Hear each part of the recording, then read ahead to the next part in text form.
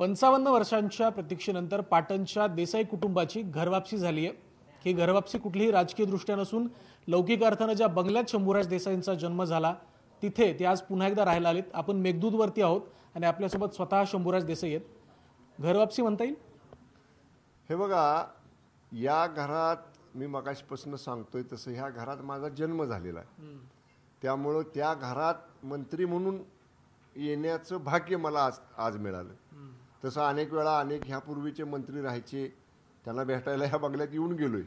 तसं बघितलं तर मग फडणवीस साहेब उपमुख्यमंत्री होते तेव्हा त्यांना भेटायला अनेक वेळा आलो। त्याच्या अगोदर अनेक मंत्री झालेले आहेत। मला एकाच गोष्टीचं घर वापसी म्हणा तुम्ही किंवा पुनरागमन म्हणा, जे काय म्हणायचं तो शब्द प्रयोग करा, पण आज एका गोष्टीचं आत्मिक समाधान आहे, एकदम मनोमन समाधान आहे की ज्या घरामध्ये आपला जन्म झाला, बालपण गेलं, लहानपण गेलं, त्या बंगल्यात लहानपणी असं कधीच वाटलं नव्हतं की ज्या खुर्चीवर आजोबा मंत्री म्हणून बसले, ज्या हॉलमध्ये आजोबा मंत्री म्हणून बसले, त्याच खुर्चीवर मंत्री म्हणून बसायची संधी आपल्याला मिळेल, त्याच ठिकाणी मंत्री म्हणून काम करण्याची संधी आपल्याला मिळेल।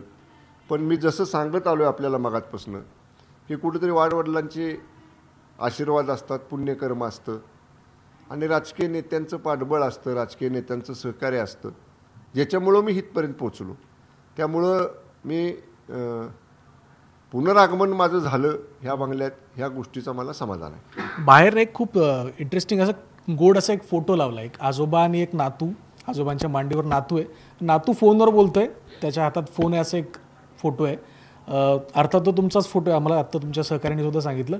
आठवण नेमकी काय त्या फोटोची? तो फोटो मी मुद्दाम लावलाय, याच घरातला तो फोटो आहे। म्हणजे आजोबांच्या बरोबर आमचे खूप फोटो आहेत, पण ह्याच बंगल्याच्या वर जिथं आपण मगाशी आमच्या आईंचा वाढदिवस केला, म्हणजे हा तो फॅमिली हॉल आहे वरचा, म्हणजे पहिल्यापासून मंत्री महोदयांचं निवासाची जागा वरच्या मजल्यावर आणि कुटुंबाला बसण्यासाठीची वगैरे व्यवस्था ती वरच्या मजल्यावर आहे। तर त्या हॉलमधला तो फोटो आहे। सकाळची वेळ आहे, मला आई सांगतात अजूनही की ते सकाळी साहेब उठले, चहा नाश्ता करायचे हॉलमध्ये बसून, तर त्या सोफ्यावर मला लहानपणी असताना आई आवरून वगैरे सकाळी लवकर त्यांच्याजवळ ते स्वतः साहेब सांगायचे ह्याला आणून इथं बसव। त्यामुळे मी तिथं बसलेलो आहे। ते मी मगाशी म्हटलं तसं तो काळा फोन रिंग वाजणारा तो शेजारच्या टिपॉयवरती आहे आणि साहेबांना कोणाच तरी फोन खालना ऑपरेटरनं दिला आणि ती फोनची रिंग वाजल्यावर मी धडपडत तो फोन, म्हणजे आपलं लहान असल्यामुळं तो घ्यायचा प्रयत्न करत होतो, तर तो मला घेता आला नाही। साहेबांनी स्वतः घेऊन तो, ज्यांनी कोणाचा तिकडून फोन आलता ते बोलले साहेब की अरे बघ माझा नातू धडपडतोय फोनवर बोलायसाठी, बोल त्याच्याशी, असं करत तो फोन साहेबांनी स्वतः धरलाय बघा हातात आणि माझ्या कानाला लावलाय। मग मी तो त्यांचा हात मी धरायचा प्रयत्न केलाय, असा तो फोटो आहे। पण त्यावेळी बरेच साहेब गृहमंत्री होते, बरेच मीडिया वगैरे, म्हणजे मीडिया म्हणण्यापेक्षा फोटोग्राफर्स वगैरे त्यावेळी असायचे। तर दुसऱ्या दिवशी मुंबईतल्या सगळ्या पेपरला आई सांगतात माझ्या की तो फोटो आला आणि वर्तमानपत्रामध्ये त्याच्यात लिहिलं गेलं की बाळासाहेब देसाई आत्तापासूनच आपल्या नातवाला काय बाळकडू देत आहेत, म्हणजे त्यावेळेच्या माध्यमाने ते लिहिलं। आज योगायोगानं ते असं वाटायला लागले की त्यावेळी तो योग होता, योगायोग होता तो फोटो निघण्याचा। माध्यमांनी तो म्हणजे तो त्यावेळी राजकीय त्याला हे दिलं की बाबा बाळासाहेब देसाई काय बाळकडू देत आहेत।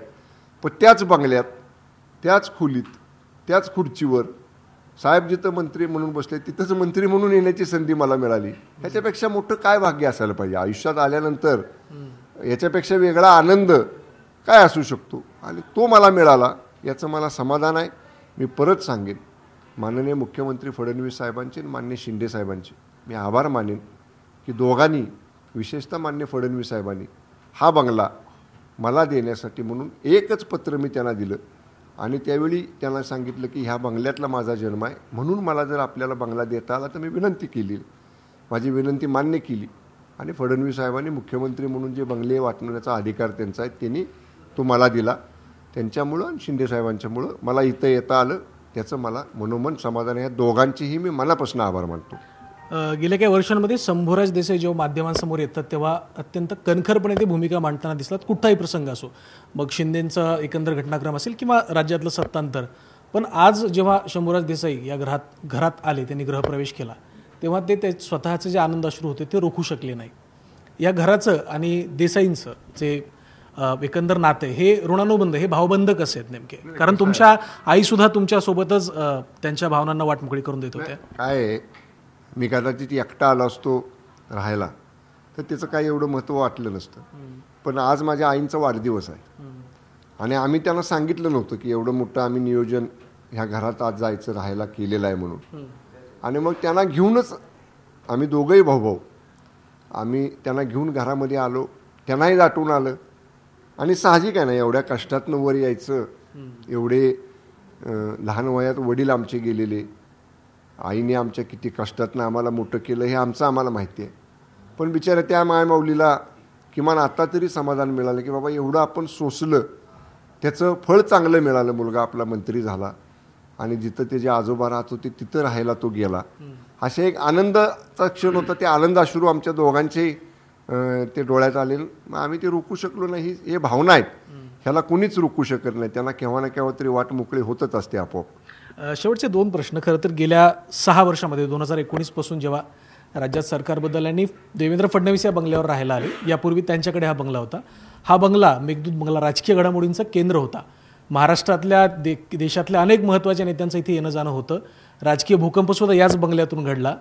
हेच या बंगल्याचं महत्त्व यापुढे सुद्धा शंभूराज देसाई जिथे राहत आहेत अबाधित राहील? नाही, आता ते भाकीत तर मी करू शकत नाही.